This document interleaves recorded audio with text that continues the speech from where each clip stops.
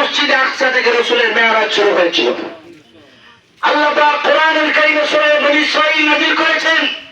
এই বনী ইসরাঈলের মাধ্যমে গোটা দুনিয়ার জগৎকে জানিয়ে দেওয়া হয় যে এই বনী ইসরাঈলরা শুধু এই ইহুদি জাতিরা আমাদেরকে মানে নাই, এর আগেও বনী ইসরাঈলও আমাদের পয়গম্বরদেরকে কষ্ট দেওয়া হয়েছিল, হত্যা করা হয়েছিল, ঘরবাড়ি ছাড়া করা হয়েছিল।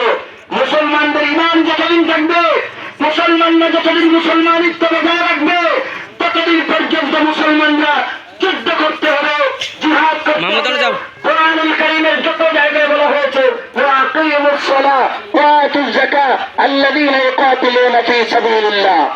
আল্লাহ পাক কোরআনুল কারীমে জিহাদের কথা বলেছেন। মুসলমানের উপরে জিহাদ ফরজ হয়ে যাচ্ছে।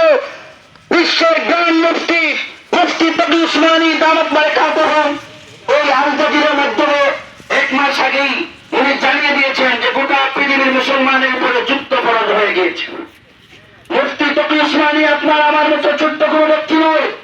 গোটা দুনিয়ার মধ্যে যিনি দায়ী হিসেবে এ যুগের জ্ঞান মুফতির দায়িত্ব পালন করেছেন, দারুল উলুম করাচির তিনি সন্তান, পাকিস্তানের পার্লামেন্টারিয়ান, পাকিস্তানের বিচারক মুফতি তকি উসমানী দামাত বারাকাতুহুম এই ঘোষণা দিয়েছেন।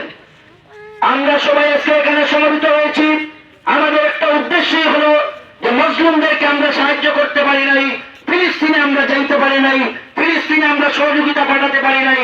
আমরা তো 3 বেলা পেট ভরে খাচ্ছি, কিন্তু ফিলিস্তিনিরা এমনও যাচ্ছে 2 দিন 3 দিন না খেয়ে, পানি পর্যন্ত না পেয়ে ঘাসগুলি চিপিয়ে চিপিয়ে খাচ্ছে। ছোট্ট ছোট্ট শিশুরা ঘাসগুলি চিপিয়ে চিপিয়ে খাচ্ছে। আপনারা বিশ্বাস না করলে নেটে সার্চ করেন। গাজার নারীরা বলছে যে পানি নেই, ওয়াটার নেই, ফুড নেই, কিছুই নেই।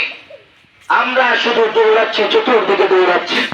আল্লাহ পাক যেন তাদেরকে এই মাজলুম থেকে উদ্ধার করেন এবং জালিমদেরকে ধ্বংস করেন।